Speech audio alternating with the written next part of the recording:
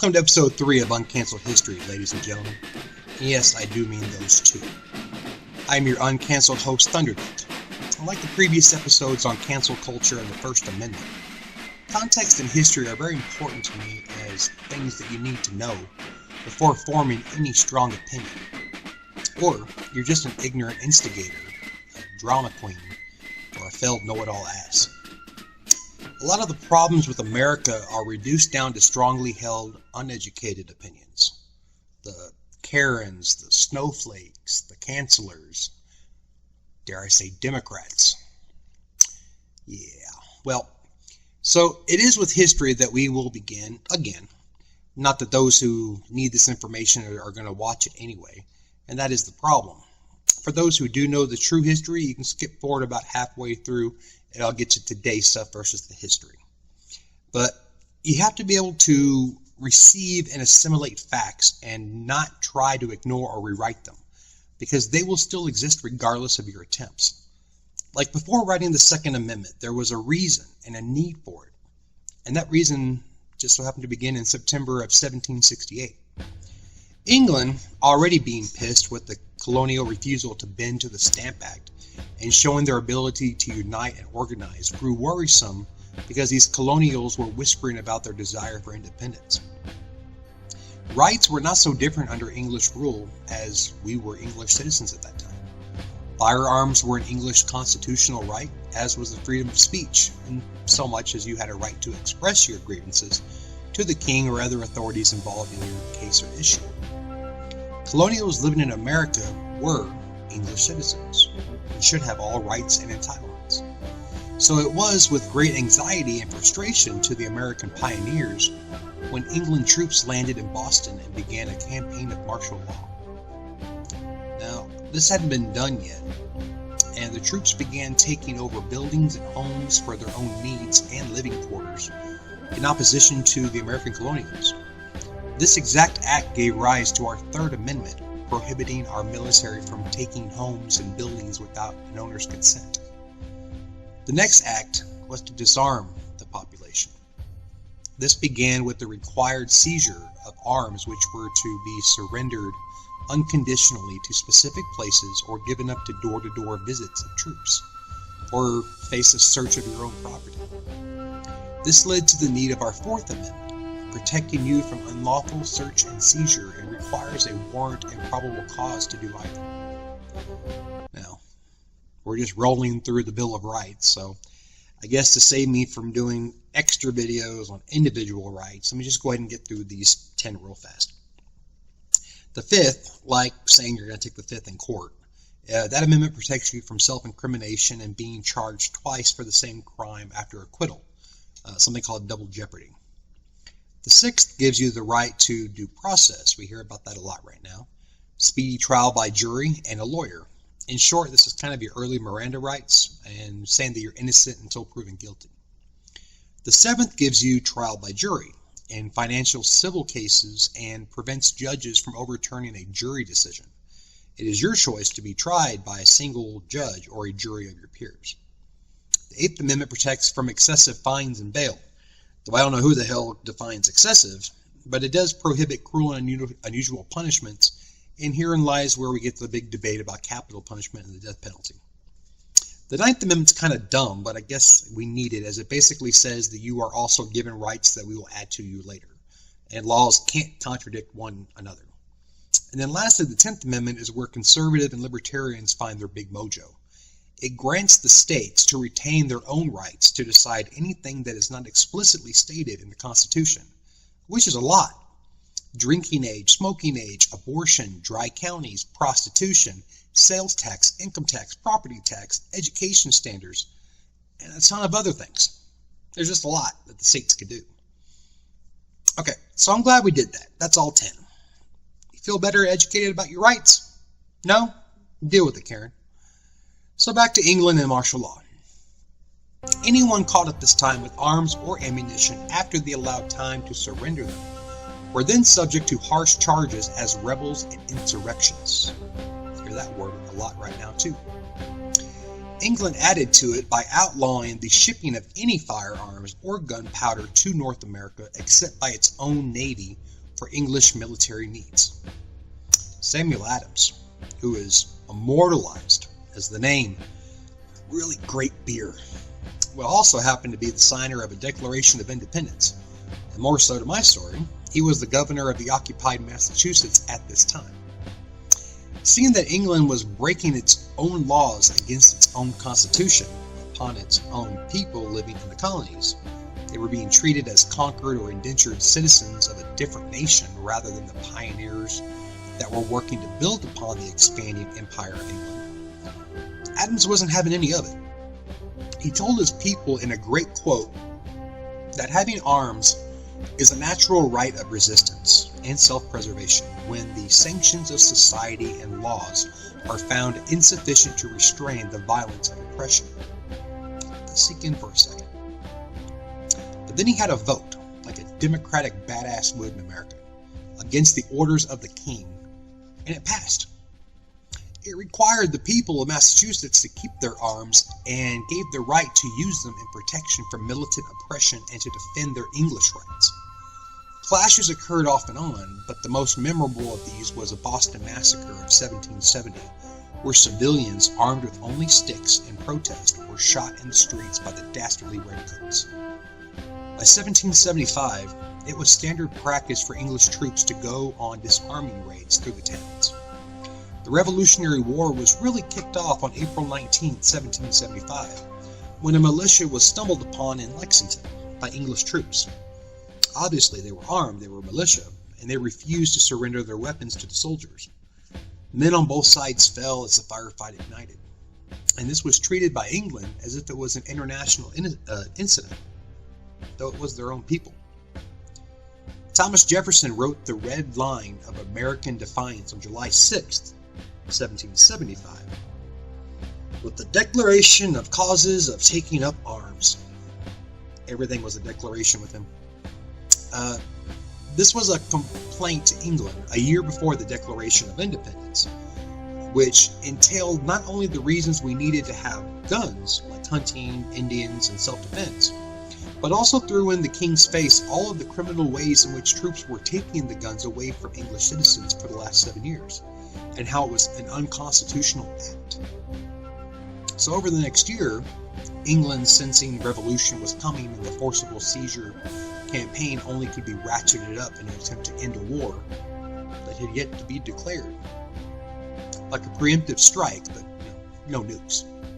Now, everything I just said, all of it, is history. It's fact. You can't get away from it. You can't rewrite it. And it is why the Second Amendment was written, because of a tyrannical government overreach where their rights were abused or taken away by those sworn to protect them. When your liberal friends say something stupid about musket limitations or that gun's not for hunting, tell them the facts and that it isn't about hunting licenses and it isn't about sport. It's about safety, and it's about having a deterrent to those who would violate your safety and your rights. Because you see, our founding fathers lived through this and never wanted to let it happen here again. Less than 250 years ago, they gave us the gift of the Second Amendment and wrote these words: "Shall not be infringed," in regards to how this right was going to be handled. It doesn't give limitations, it doesn't give restrictions, it gives a right, period, to every citizen to be able to protect all of their other rights, like unlawful search and seizure in the Fourth Amendment, and protect your land from the government in the Third Amendment. Gun enthusiasts like to highlight the phrase "shall not be infringed" when pointing out their rights. A little bit of chest beating there. But I dare you to read the Bill of Rights or any other amendment or the entire Constitution, and you will not find those words attached to any other law. So think about that for a moment. This was deliberate. Why was it done here and to no other right? Well, we as a people may agree to censorship like we do now with a rating system for TV and what can be said or shown nudity-wise, which is an infringement on the First Amendment. We may face a steel shortage in a time of war where it's not to your liking, but your junkyard might be taken away from you, infringing upon your unlawful seizure. Maybe we vote to centralize so there is no more United States. We're all just one country, and that would dissolve the 10th Amendment. Now, we can vote away every other right for one reason or another as time progresses, but something will always remain. The government will remain. So therefore, there is always a potential for tyranny to remain.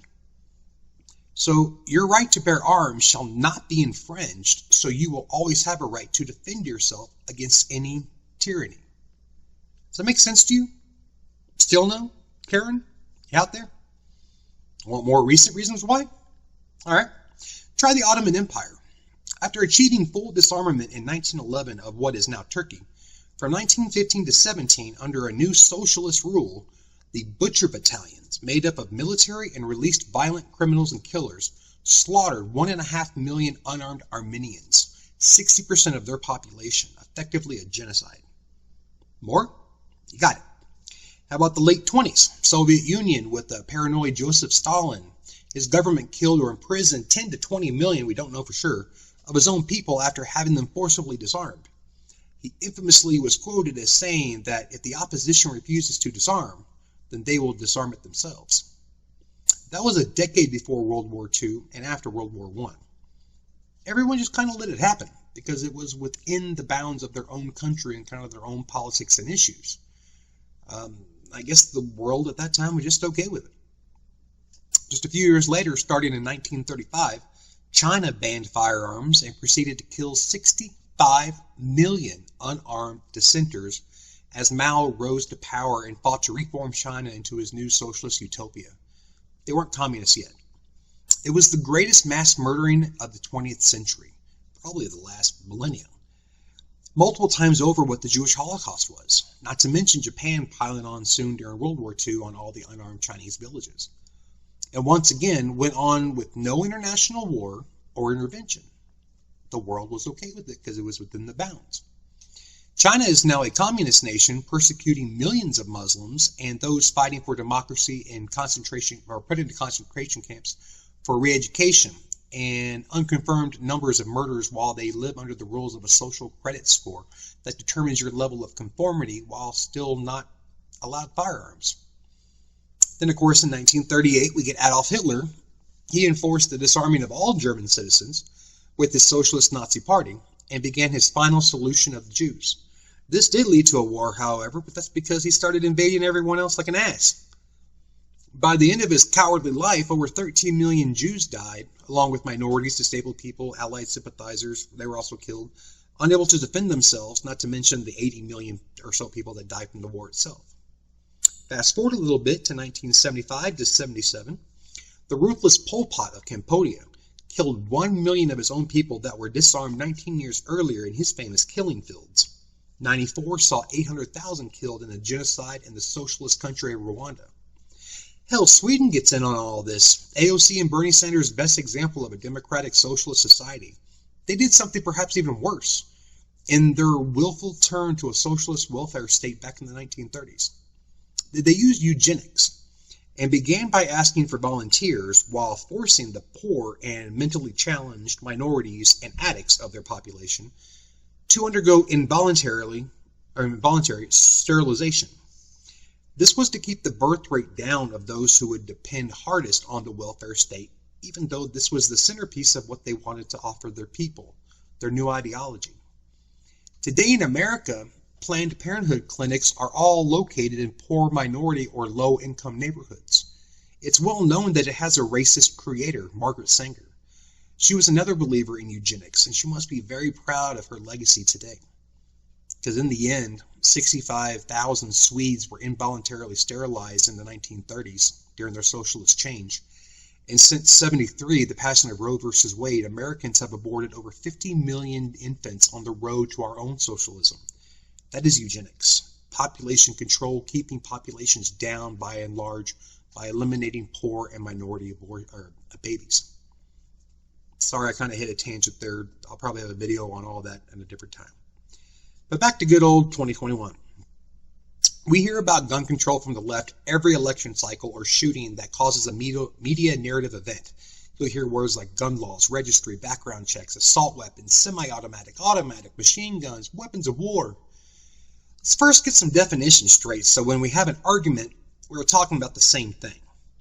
A gun registry is like car tags, where there would be a database detailing the location and weapon types that you own. Like the removal of the Second Amendment, a registry is feared amongst people who love the Second Amendment because it would give a tyrannical government a roadmap of where to find everyone who had the guns and what kind of guns they had. Semi-automatic guns are easily defined as one bullet fired when the trigger is squeezed, like a handgun or a shotgun or most hunting rifles, or all hunting rifles actually. And yes, even the scary AR-15. Bottom line is the gun fired only one time and only as fast as the person can additionally pull the trigger. The size of the bullet can change, but the mechanical operation does not, therefore semi-automatic. Automatic or machine guns have a mechanism that allows continuous firing of bullets for however long the person firing holds the trigger down, or until the ammunition runs out. These are your true military weapons, your machine guns, your weapons of war that we see in action movies and what the left tries to fear that's in the hands of everyday Americans, and they're just not. Fact.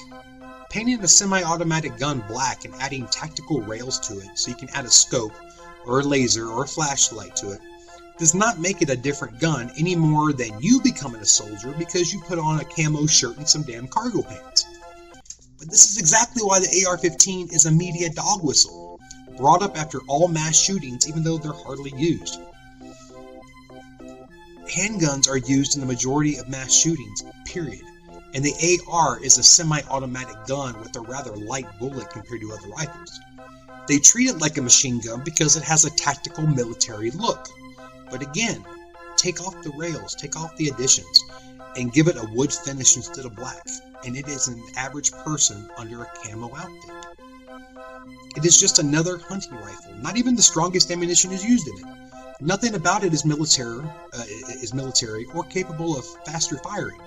Bump stocks have been eliminated by Trump. Now, background checks are just that. They check into who you are, say you are, your criminal record, a little bit more informed, or a lot more informed than what you say, like your work background check would be. So in America, we rank number 1 in the world for citizen gun ownership, with an estimated 400 to 500 million guns in the hands of everyday Americans. That is more than enough to give every man, woman, and child a gun with 100 million left in reserve. Democrats cry for gun control laws because the country with the most guns also happens to have the most gun-related deaths. That's going to happen. Well, what laws do we have in the Wild West of today that they don't think are sufficient? And let's go over them. Gun control effectively began back in 1938 with the National Firearms Act.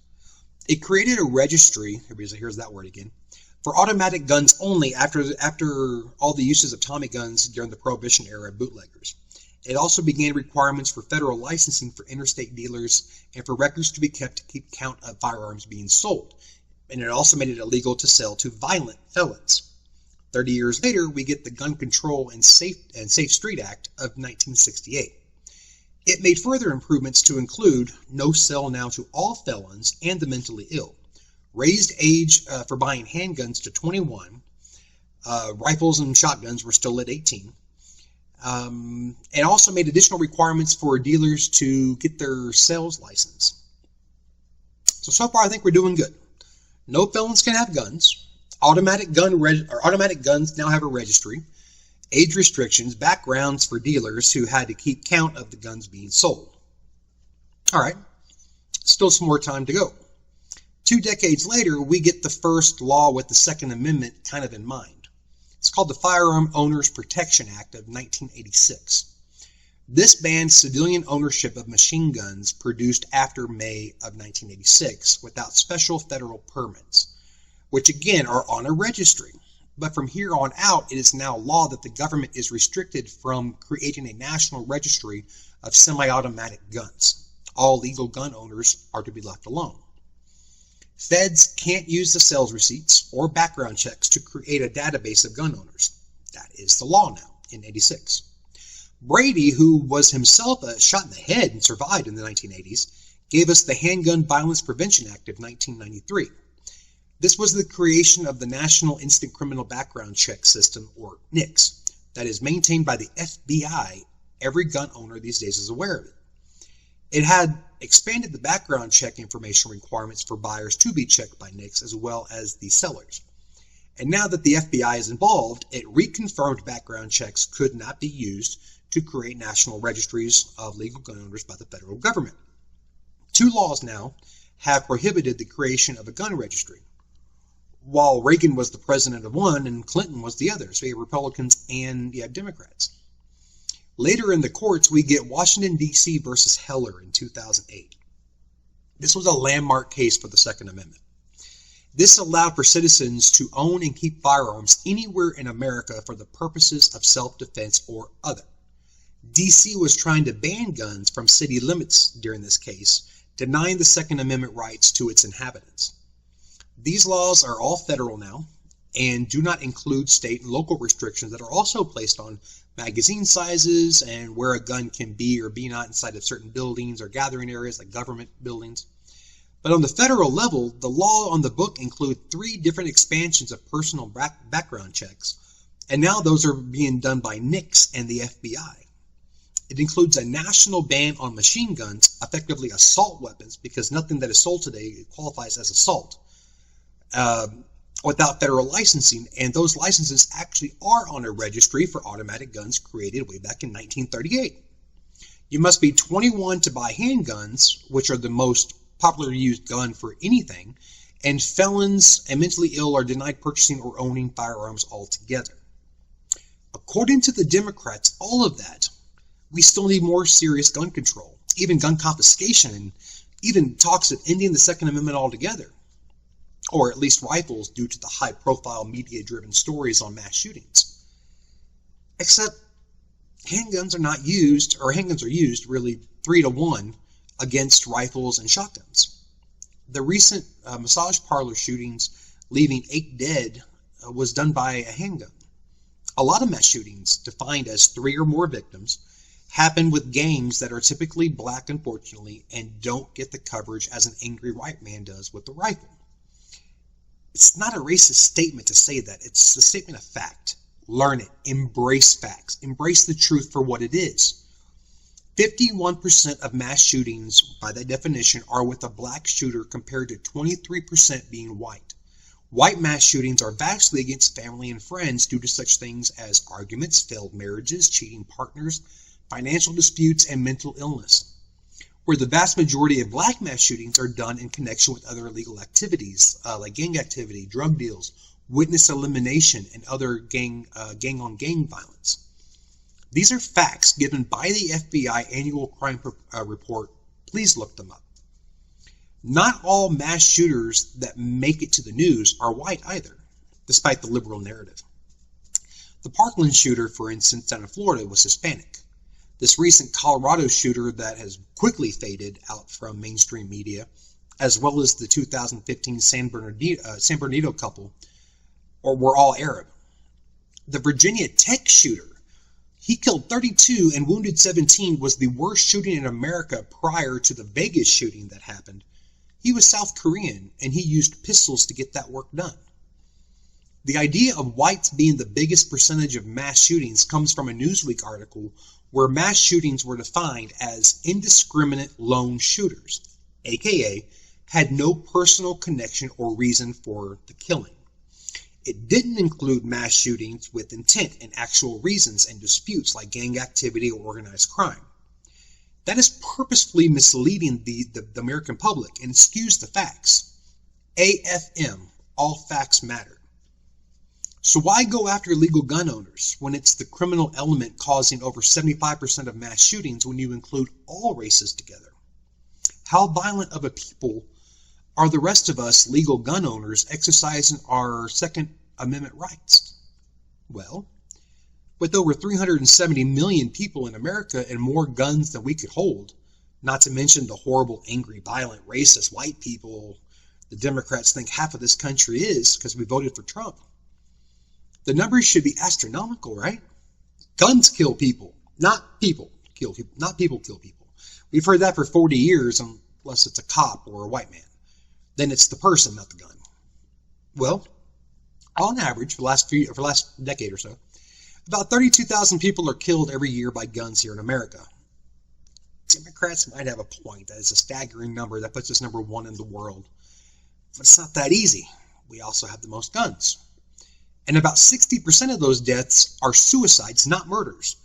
That's a horrible fact, and also most in the world by firearm, but taking the gun away doesn't take away the desire to kill yourself.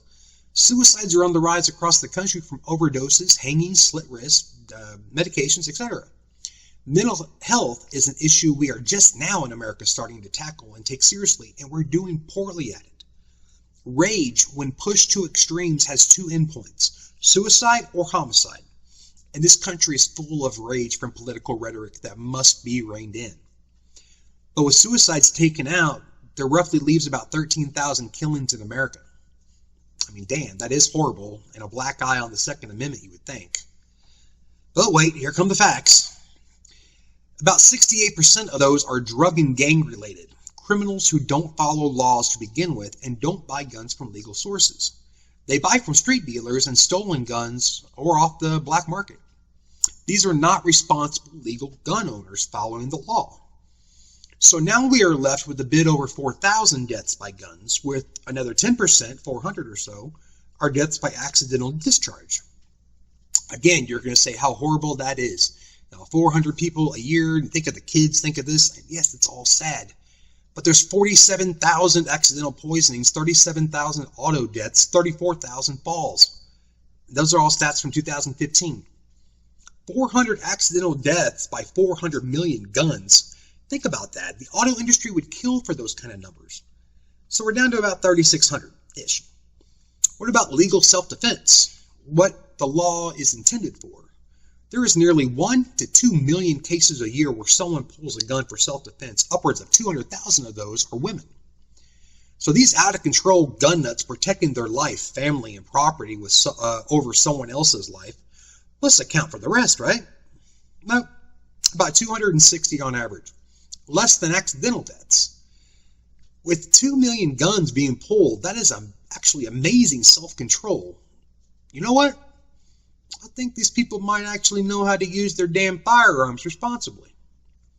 Another fact, the great and COVID-credible CDC states that the American gun is 80 times more likely to be used to defend life than to take one. Well, isn't that interesting? So now we're down to about 3,300 people, and we are missing a vital protection group who is armed, which is the police, as well as Border Patrol, FBI, ICE, everyone in law enforcement. On the extreme low end, there are about 675,000 armed officers on the street every day, 365, 24 hours a day. All these murderous people with a badge that liberals are wanting to defund and abolish. I'm told they have a massive and racist record of killing and hunting people every day on the news. They killed the rest, right? No, less than 1,000 coast to coast, with all of those guns and badges meeting people of all races several million times a day. Are they self-controlled, racist, unhinged gun nuts? Doesn't appear so in the facts. But I'm going to do a deeper dive in that in episode 5, 2 videos from now, on the narrative of police brutality and black hunting. I'll give you a taste there right now. Only a quarter of police officers ever fire their gun while on duty in their entire career. That averages over 15 years. This despite the tens of thousands of assaults on officers every year and the 50 to 70 officers killed in the line of duty. So back to the body count. We are down to about 2,300 roughly being killed with cold-blooded murder using legal firearms outside of gang and drug-related activities. In a country of 370 million people, that is 1 in 158,000. Whew! Look at that. For a moment, I thought the liberals might have finally grown a leg to stand on with this argument, but it just does not appear to be so. Listen to this. That 2,300 that's left, that makes about 6% of gun deaths being caused by legal gun owners committing murder. Say it with me, Karen. 6% of gun deaths caused by legal gun owners. I mean, yeah, Sounds like gun laws are working, and criminals who break the law by definition are breaking the law, going around gun laws and buying guns on the street, away from background checks, then commit murders and shoot people. Who would have thought? As for the gun of war, AR-15s and such, there were 364 deaths last year that were committed by all types of rifles, not just the AR-15. 600 deaths by fists and feet, I assume was Chuck Norris. And 1,476 deaths by knives and other blades that may have been samurais and ninjas. But literally, about 2 weeks ago, Nancy Pelosi's House just passed their gun control bill, H.R. 127, please look it up, also given a short nickname, the Sabika Sheikh Firearm Licensing and Registration Act of 2021. It's not yet passed in the Senate, thank God, as of the time of this video. But first, it requires the ATF, not the FBI, alcohol, tobacco, and firearms, a trio of authority, I don't fully understand how they came together, to establish a licensing system for guns and ammo purchased, and a registration system for all firearms to be maintained now by the Department of Justice, DOJ. The DOJ has become intertwined with left-leaning politics since Obama was at America's helm. If passed, this will have multiple court challenges I can see firing off faster than a Trump-banned bump stock. First, this goes against the current laws of the 1986 and 93 Firearm Acts we already discussed, which prohibits a government registry except pre-86 automatics. Then, per the 9th Amendment, we went over that earlier, the government cannot create a conflicting law. So both 86 and 93 Acts would have to first be repealed before this law could be passed. Then this bill goes to raise the age of all rifles and shotguns purchases to 21, like handguns. But the military begins at 18, and Democrats want to drop the voting age to 16, so exactly when do they think people are responsible? Then it goes on to fully overreach by mandating that prior to purchasing a firearm, you must now pass a background check, pass a psych evaluation, pass complete certified training, and now insurance policies. Requiring someone to pay for training, insurance, and a psych evaluation may be something I can't do on top of buying my firearm, which is my right, making me unable to exercise my right by infringing upon it with extra costs. Fact: having to pay to exercise a right no longer makes it a right. It is now a privilege. And this would be a privilege the lower class and much of the middle class wouldn't have access to. Next, it gives legal penalties for transferring your privileged ammo and firearms to an unlicensed person. Trying to stop personal sales outside of dealers, I get that, in gun shows, I get that. But that would artificially create the hunting age to be 21 because your children could not be licensed. It also backdates all of this to your currently owned guns, meaning you must get training, evaluation, and insurance so you can add your name and guns to an illegal register or face the law and confiscation. Finally, it prohibits only 50 caliber ammo or larger and high capacity mags. I believe they set the limit at 10 rounds. Anything over that would be made illegal. Are you freaking out yet? Don't. I'm not done yet. What hasn't even come up to a vote yet is Biden's registry idea, where you either let the government buy your guns away from you, or you must submit to the illegal registry as well as pay a $200 per gun registration tax. How many guns do you have in your closet?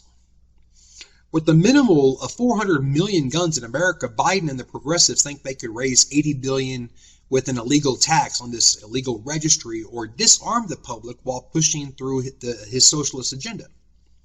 What did we learn earlier, kiddos, about gun confiscation nations who were building their brand of socialism? That's right, lots of death. But who? Who would socialists slaughter in America if that was their plan? Who would be identified as needing to be purged?